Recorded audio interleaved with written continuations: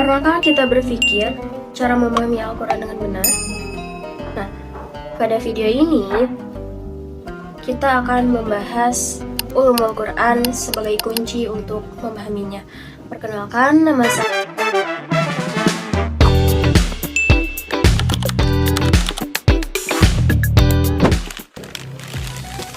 Jadi, ulumul Quran itu sebenarnya berasal dari dua kata, yaitu yang pertama ulum, yang berarti ilmu-ilmu, dan Al-Quran,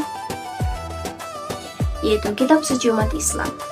Nah, jadi dapat disimpulkan, ulumul Quran adalah ilmu yang membahas segala hal tentang Al-Quran, baik dari isi, bahasa, bahkan sampai proses turunnya Al-Quran. Nah, kalau objek kajiannya itu meliputi semua hal yang berkaitan dengan Al-Quran, misalnya isi kandungannya, bahasanya, bahkan sampai dengan wahyu yang diturunkan kepada Nabi Muhammad SAW. Itu merupakan objek kajian dalam ulumul Quran. Sedangkan ruang lingkupnya itu lebih ke pembahasan yang ada di dalamnya, seperti apakah Al-Quran diturunkan secara berangsur-angsur atau secara langsung. Nah, kalau misalnya berangsur-angsur, apa alasan yang mendasari Al-Quran tersebut diturunkan secara berangsur-angsur? Terus juga membahas tentang surat-surat Makkiyah dan Madaniyah serta penafsiran dalam Al-Quran. Itu merupakan ruang lingkup atau pembahasan yang ada di dalam ulumul Quran. Jadi dari sini kita paham bahwa ulumul Quran merupakan ilmu yang mempelajari seluruh aspek dalam Al-Quran, sehingga kita bisa mempelajari ilmu Al-Quran secara lebih mendalam. Nah, setelah membahas dasar ulumul Quran, sekarang kita masuk ke kedudukan Al-Quran sebagai sumber utama ajaran Islam. Nah, teman-teman, Al-Quran memiliki kedudukan yang sangat penting dalam Islam karena menjadi sumber utama dalam menentukan ajaran dan pedoman hidup umat manusia. Artinya, segala hal yang berkaitan dengan kehidupan, baik ibadah, hukum, maupun akhlak, semuanya merujuk pada Al-Quran. Hal ini juga ditegaskan dalam hadis Nabi yang menyatakan bahwa beliau meninggalkan dua perkara, yaitu Al-Quran dan hadis, yang jika dipegang teguh keduanya tidak akan menyesatkan. Bunyi hadisnya tuh seperti ini. Bismillahirrahmanirrahim. Taraktu fikum amrayni lan tadillu ma tamassaktum bihima, kitaballah wa sunnati. Yang artinya, aku meninggalkan kepada kalian dua perkara, kalian tidak akan sesat selama memegang teguh keduanya, yaitu kitab Allah dan sunnah. Hadis riwayat Imam Malik dalam kitab Muwatta. Jadi, dari hadis tersebut bisa dipahami bahwa Al-Quran benar-benar menjadi dasar utama, menjadi sumber utama dalam ajaran Islam bagi umat muslim dan muslimat di dunia. Artinya, dalam menjalani kehidupan, umat Islam selalu menjadikan Al-Quran sebagai pedoman utama, baik dalam ibadah, hukum, maupun akhlak. Nah, jadi dari pembahasan ini dapat disimpulkan bahwa Al-Quran memiliki kedudukan yang sangat tinggi sebagai sumber utama ajaran Islam dan pedoman hidup manusia. Nah, setelah kita membahas kedudukan Al-Quran sebagai sumber utama ajaran Islam, sekarang kita masuk ke urgensi atau pentingnya ulumul Quran. Ulumul Quran itu penting karena membantu kita dalam memahami isi Al-Quran. Jadi bukan hanya sekedar membaca, tetapi juga dipahami isi makna dari Al-Quran tersebut gitu. ulumul Quran itu sangat penting karena membantu kita memahami Al-Quran dengan benar. Jadi bukan hanya sekedar membaca. Soalnya kalau tanpa ilmu bisa saja kita salah dalam memahami isi Al-Quran. Jadi sangat penting untuk belajar ulumul Quran. Misalnya ada ayat yang turun dalam kondisi tertentu. Kalau kita nggak tahu latar belakangnya, kita bisa salah dalam menafsirkan maknanya. Nah, disinilah ulumul Quran berperan penting gitu. Jadi, ulumul Quran membantu kita memahami makna Al-Quran secara lebih dalam, tepat, dan sesuai dengan maksud yang sebenarnya. Nah, dari sini dapat dipahami bahwa ulumul Quran sangat penting agar kita tidak salah memahami dan mengamalkan Al-Quran dalam kehidupan sehari-hari. Nah, teman-teman, jadi menurut dosen pengampu mata kuliah ulumul Quran saya, Al-Quran ternyata diturunkan melalui 2 tahap. Yang pertama secara langsung dan yang kedua berangsur-angsur. Yang pertama secara langsung, jadi Al-Quran itu dari Lauhul Mahfuz diturunkan ke Baitul Izzah, yaitu tempat yang berada di langit ke-7. Lalu mana dalil yang menyatakan bahwa Al-Quran itu diturunkan secara langsung?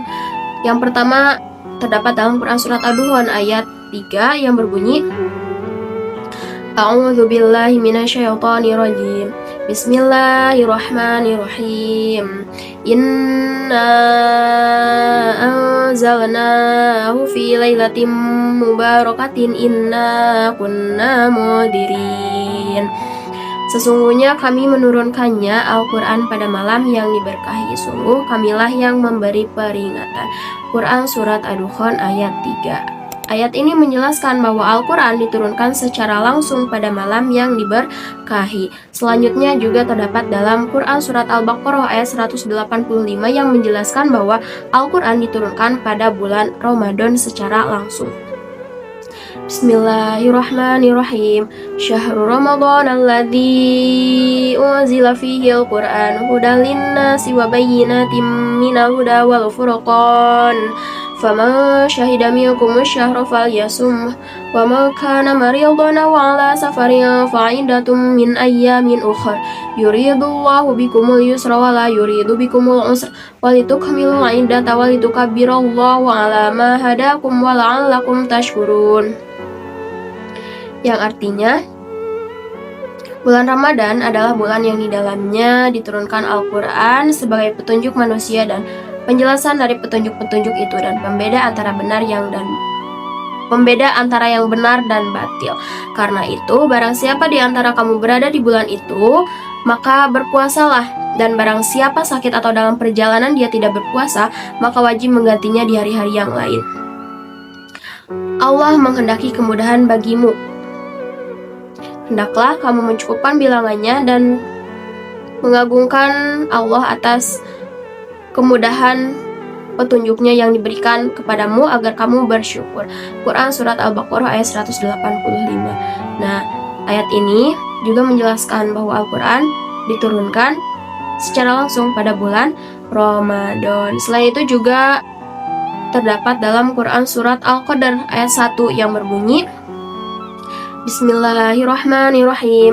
Inna anzalnahu fi lailatul qadr, yang artinya sesungguhnya kami menurunkannya Al-Quran pada malam Qadar. Ini juga menjadi bukti bahwa Al-Quran diturunkan secara langsung pada malam Lailatul Qadar. Selanjutnya, dalil yang menjelaskan bahwa Al-Quran diturunkan secara berangsur-angsur terdapat dalam Quran surat Al-Isra ayat 106 yang berbunyi, A'udzu billahi minasyaitonir rajim. Bismillahirrahmanirrahim. Wa Qur'anan faraqnahu litaqra'ahu 'alan nasi 'ala mukfin wa nazzalnahu tanzila.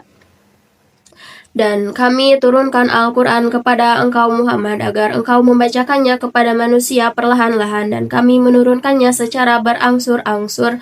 Quran surat Al-Isra ayat 106 yang menjelaskan bahwa Al-Quran diturunkan secara berangsur-angsur. Lalu ada pertanyaan, mengapa Al-Quran diturunkan secara berangsur-angsur? Dijawab lagi pada surat Al-Furqan ayat 32. Wa qala alladziina kafaru laula nuzila fihi al-Qur'anu jumlatan wahidah kadzalika linutsabbita fu'adaka wa rattalnahu tartila. Dan orang-orang kafir berkata, mengapa Al-Quran itu tidak diturunkan kepadanya sekaligus? Demikian agar kami memperteguh hatimu Muhammad dan membacakannya secara tartil, berangsur-angsur, bertahap dan benar. Nah, jadi alasan Al-Quran diturunkan secara berangsur-angsur itu untuk memperteguh hati Nabi Muhammad SAW. Selain itu juga agar orang-orang di zaman dahulu masuk ke dalam agama Islam dengan mudah gitu. Bayangkan jika dahulu Al-Quran diturunkan secara langsung kepada umat Islam, otomatis umat Islam akan kaget gitu, karena otak manusia memiliki keterbatasan untuk menerima aturan-aturan atau syariat-syariat Islam yang diturunkan kepada umat manusia. Lalu bagaimana cara Allah menyampaikan wahyu kepada Nabi Muhammad SAW? Jawaban ini terdapat dalam Quran surat Asy-Syura ayat 51 yang berbunyi, A'udzu billahi minasyaitonir rajim. Bismillahirrahmanirrahim. Wa ma kana li basyarin ay yukallimahu Allahu illa wahyan aw min wara'i hijabin aw yursila rasulan fayuhi bi idznih innahu aliyyun hakim. Dan tidaklah patut bagi seorang bahwa akan berbicara kepadanya kecuali dengan perantaraan wahyu atau dari belakang tabir atau melalui utusan-utusannya malaikat. Lalu diwahyukan kepadanya dan diizinkannya apa yang dia kehendaki. Sungguh dia maha tinggi, maha bijaksana. Nah, dalil ini menjadi bukti cara Allah menyampaikan wahyu kepada Nabi Muhammad. Selain itu, wahyu juga memiliki beberapa makna. Tidak hanya penyampaian langsung kepada Nabi, tetapi juga wahyu bisa disebut dengan isyarat, seperti halnya yang terjadi kepada Nabi Zakaria. Terus wahyu juga bisa disebut sebagai insting yang diberikan kepada hewan. Terus wahyu sebagai bisikan, dan terakhir wahyu sebagai ilham yang Allah berikan kepada manusia. Jadi wahyu memiliki beberapa makna yang cukup luas. Tidak hanya penyampaian langsung kepada Nabi. A'udzu billahi minasyaitonir rajim. Bismillahirrahmanirrahim. Fa kharaja 'ala qaumihi minal mihrabi fa auha ilaihim an sabihu bukratan wa 'ashiyya. Maka dia keluar dari mihrab menuju kaumnya lalu memberi isyarat kepada mereka. Maka bertasbihlah kamu pada waktu pagi dan petang. Quran surat Maryam ayat 11 yang menjelaskan bahwa wahyu sebagai isyarat. Wa auha rabbuka ilan nahli an ittakhidhi minal jibali buyutan wa minasyajari wa mimma ya'rshun. Dan Tuhanmu mengilhamkan kepada lebah, buatlah sarang di pohon-pohon kayu dan di tempat-tempat tinggi yang dibikin manusia. Quran surat An-Nahl ayat 68. Wa kadzalika ja'alna likulli nabiyyin aduwwan syayatinal insa wal jinni yuhi ba'duhum ila ba'din zukhrufal qawli ghurura walau syaa rabbuka ma fa'aluhu fadharhum wa ma yaftarun. Dan demikianlah untuk setiap nabi kami menjadikan musuh yang terdiri dari setan-setan manusia dan jin, sebagaimana mereka membisikkan kepada sebagian yang lain perkataan yang indah sebagai tipuan. Dan kalau Tuhanmu menghendaki, niscaya mereka tidak akan melakukannya, maka biarkanlah mereka bersama apa kebohongan yang mereka ada-adakan. Quran Surat Al-An'am ayat 112 yang menjelaskan bahwa wahyu sebagai bisikan. Wa auhayna ila ummi Musa an ardi'i fa idza khifti 'alaihi fa alqihi fil yammi wa la takhafi wa la tahzani inna raddu ilaiki wa ja'iluhu minal mursalin. Dan kami ilhamkan kepada ibunya Musa, susuilah dia Musa, dan apabila engkau khawatir terhadapnya maka hanyutkanlah dia ke sungai Nil, dan janganlah engkau takut dan jangan pula bersedih hati. Sesungguhnya kamilah seorang Rasul. Quran Surat Al-Qasas ayat 7 yang menjelaskan bahwa wahyu sebagai ilham. Nah, setelah membahas proses turunnya Al-Quran, sekarang kita masuk ke sejarah pengumpulan dan kodifikasi Al-Quran.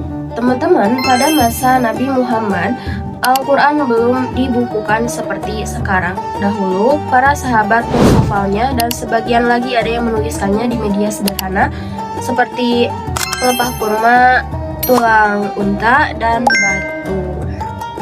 Setelah Nabi wafat, pada masa Khalifah Abu Bakar mulai dilakukan pengumpulan Al-Quran dikarenakan banyak sekali penghafal Al-Quran yang gugur dalam peperangan. Nah, dikhawatirkan Al-Quran akan hilang gitu.